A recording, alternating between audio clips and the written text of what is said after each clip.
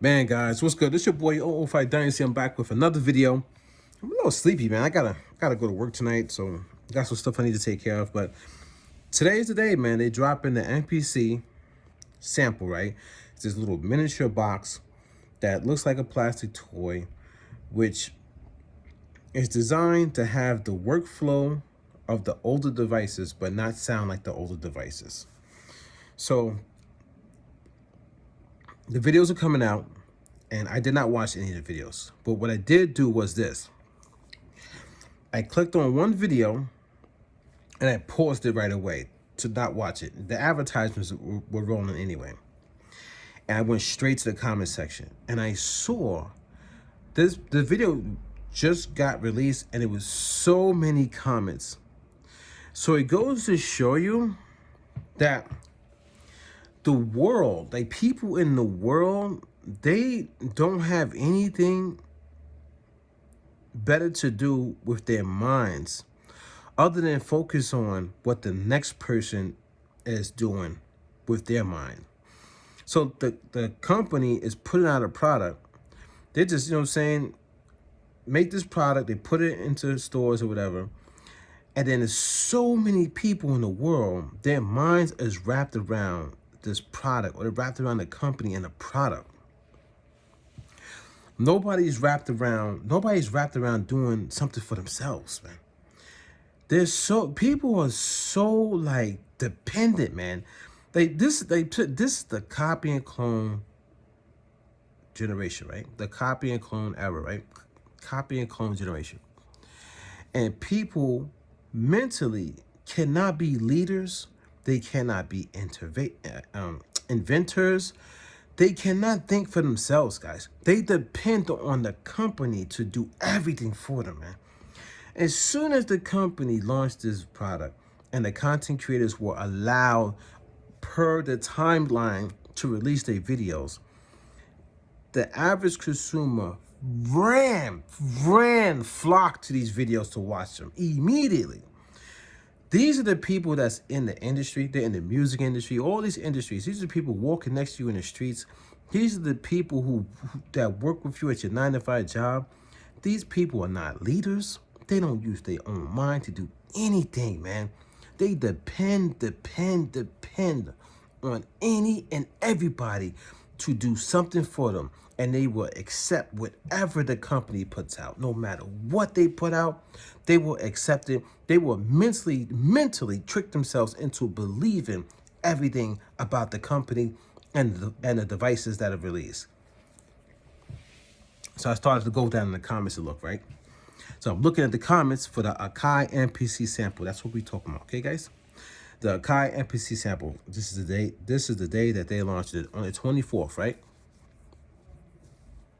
March 24th, 2026.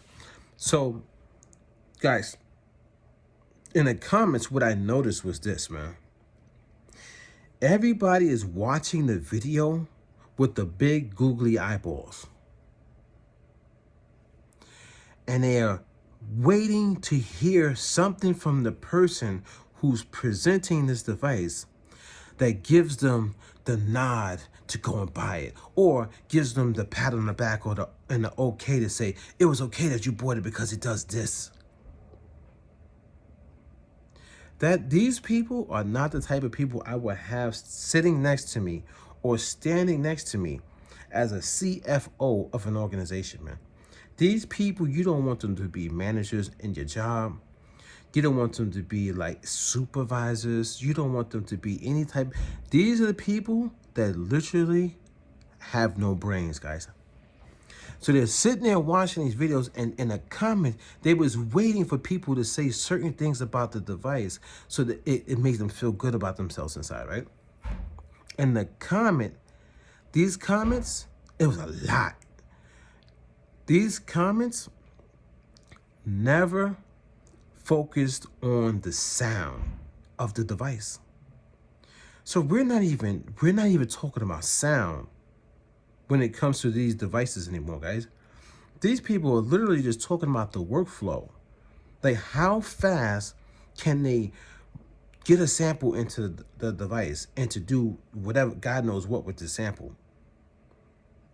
There's so many people talking about how come I don't see all these people in the music industry. Think about that for a second. The person just literally launched a video and there was probably like, I'm gonna say 200 comments in there. The 200 comments, out of those 200 comments, how many of these people are actually in the real music business? I I I guarantee you it might be a fraction of what you even think. A very, very small, minute amount, guys. None of these people are real about music, man. They're doing some weird stuff, man. Why are these people even buying the Akai sample to use the sampling technique to make beats? Why? When you're not even doing anything with the music, guys. They're not doing nothing. What are they doing with the time that they have on this earth when they buy all of this musical gear that they have? What are they doing with it, man? Because you don't see none of them come out with anything that's remotely significant in the grand scheme of the music industry. None of them. None of them, man. And with the current generation MPCs, without the help of external gear, what current generation MPC has made a banger. A banger. Without the help of external gear, guys. Something that's going to give these flat, clean, linear sounding boxes that warm saturation distortion that's going to take it over the edge. I had somebody say, "Oh, such and such made a hit record with one of the MPCs, the current generation MPCs." And when I did my research, they failed to leave out valuable information that this person used the MPC as a brain and not as the core when it comes to the scoping of the sound, the characteristic of the sound. So it was all of the external gear that actually enhanced the sound. And they just used that MPC that they had as a shell. That's different, guys.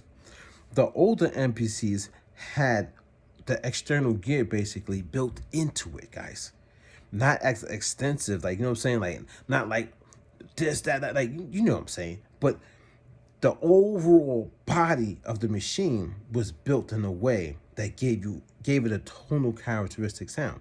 Now, do I want the older MPC? I'm not saying that. But I'm saying moving forward, why every year we get the same machine, different skin, different form factor, and the sound does not change.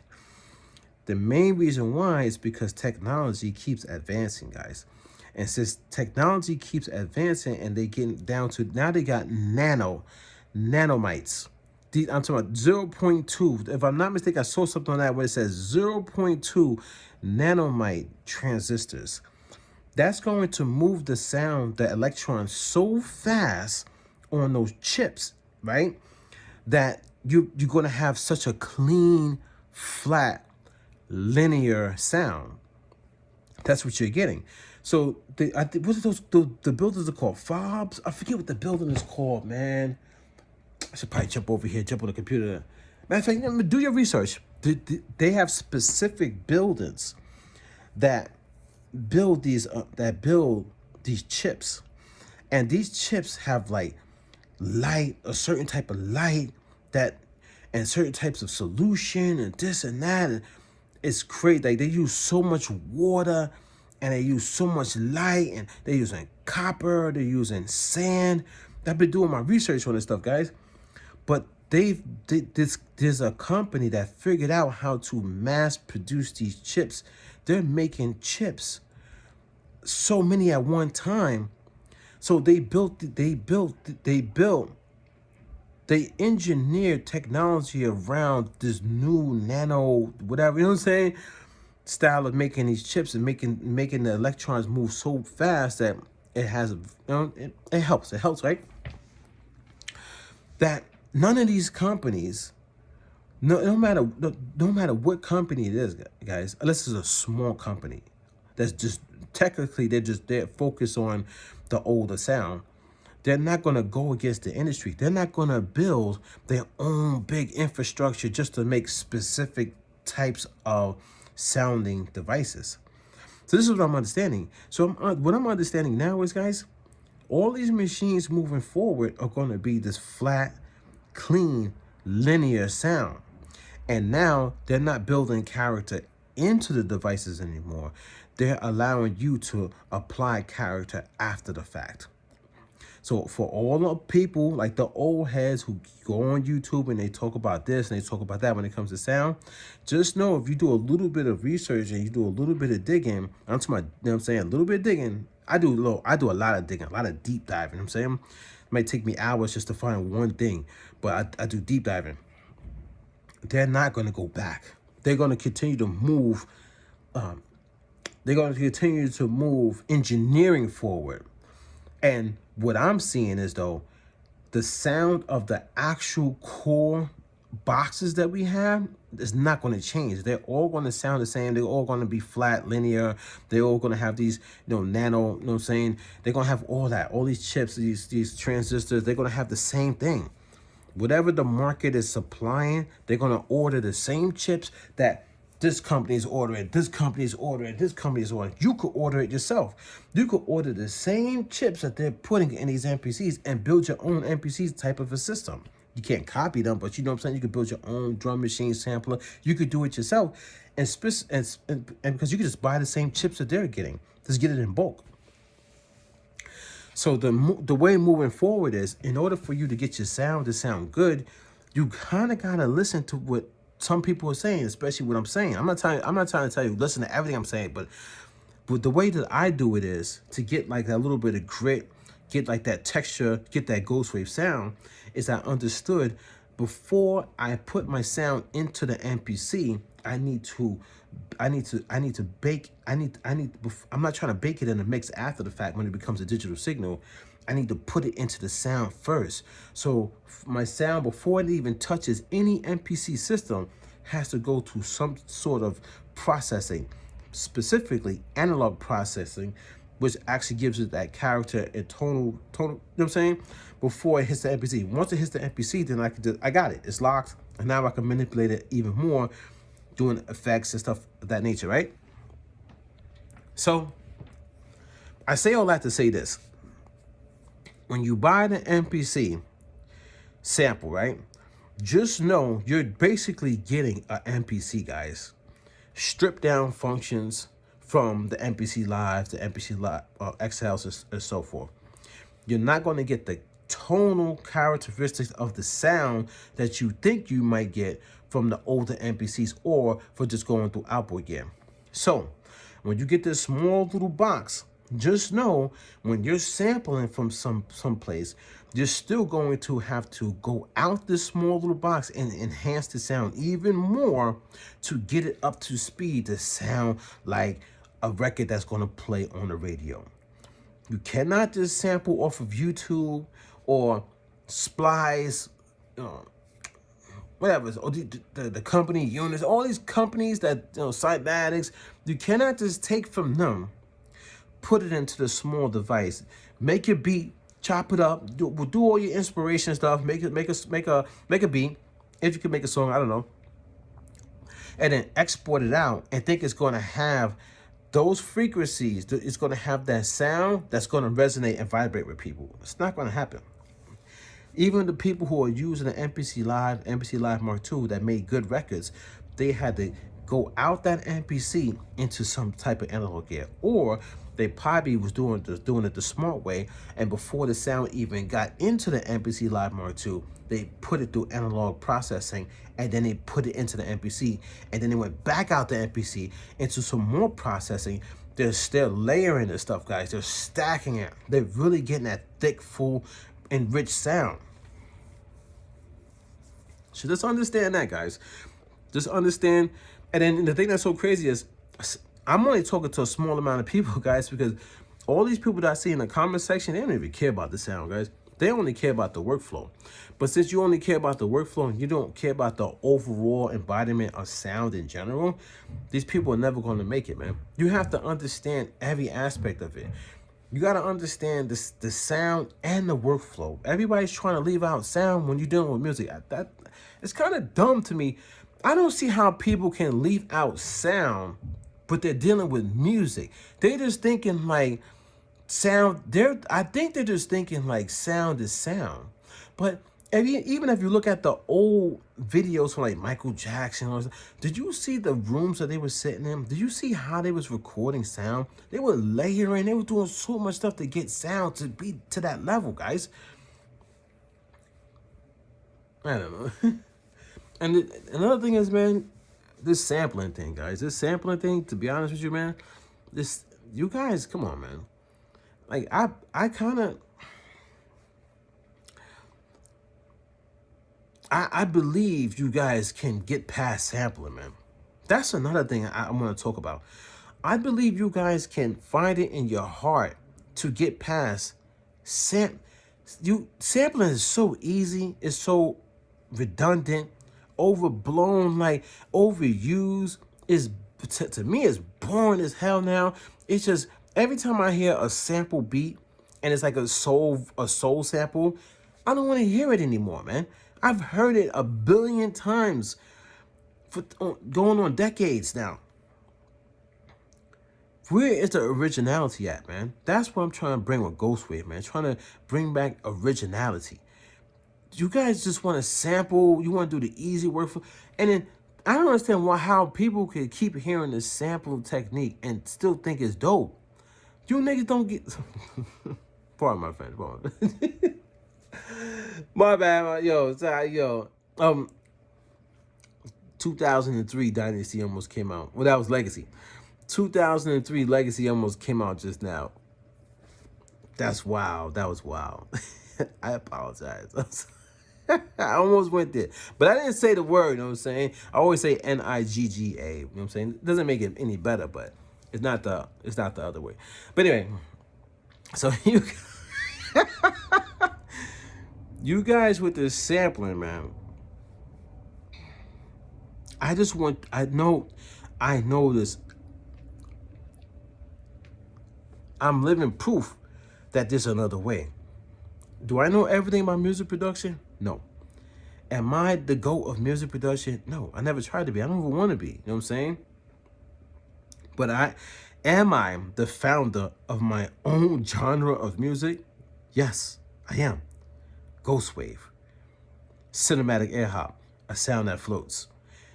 Do you have a specific way of making Ghost Wav to get to that level? I do.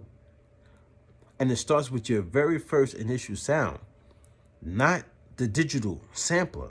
It starts with the very first sound.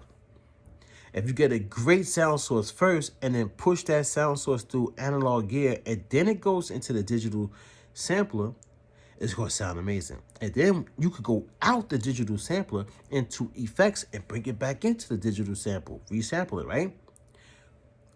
Add more on top of it. Not changing the original sound, but I'm adding more on top when I'm doing that. I'm about to get out of here, but I want you guys to pay attention to this one aspect. When you record vocals, right? Technically, when you record vocals, you should not be going hot from the microphone directly into the computer.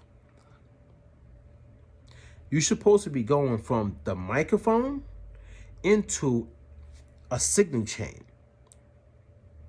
Can't you go and that signal chain, you're gonna be gain staging and you're gonna be doing all these different things analog wise to enhance that vocal. So if you're doing that to record your vocals into the MPC, let's say that's the last stop, the MPC, you're supposed to be doing that with every other sound as well. Think about it. Your vocal is the same instrument like a piano. It carries a tone. It's sound moving through the molecules, dude. It's sound waves moving through molecules, through matter. The same thing with a piano. It's just moving through, everything's moving through electric current. When you speak into the microphone, now it turns into a voltage, electric current, right? Same thing with the piano, analog, voltage, current, electrons moving, right? So you should treat your instruments the same thing before it gets into the MPC. So before you put your sounds into that MPC sample, make sure it goes through the proper processing, and then you'll be on the money. Then you might have something that sounds like the MPC 60, MPC 3000, or even better, because you're doing it the right way. So I'm not going to tell you not to get this thing, but just understand that the current technology from engineers and scientists is way past the 80s and 90s, the 70s, the 80s, the 90s, actually the 20s, 1920, because that's when they started, really. That's when Akai was really getting 1920, 1930, 1940, 1950, 1960. If you've been doing your research, you would know this, guys. 1980, you know what I'm saying? That's when they really started really getting into gear with these samplers and stuff. And then people start coming in, collabs, and all these people coming with their knowledge. Everybody starts getting this music together, right? We understand this. But now, the way that they're ordering these chips and this analog circuitry, some of the stuff is cheap that they put in these devices too. Some of them might be good too. They're setting this stuff up for you to enhance your sound yourself. So when they do the marketing term and they say anything about the older devices, they're talking about the workflow of the older devices and not the sound. You have to get the sound yourself. You have to technically put the sound into these digital external standalone samplers yourself. You gotta bake it into your sound, not in the mix after. You gotta bake the analog grit, texture, harmonic compression, harmonic distortion, harmonic saturation, harmonic filters that sound good when you cut them, when you trim off the highs. Worry about the headroom. You gotta worry about the signal flow, noise gate, gain staging, like all this stuff. You gotta worry about it yourself. You're spending money on this device, and if you think this device is going to work miracles for you because it has digital workflow and it makes you work faster, just moving sound around. If you don't have the right sound, you might as well bury that little thing up under the ground. This your boy 005 Dynasty. Don't forget to Google me, and I'll catch you guys in the next one.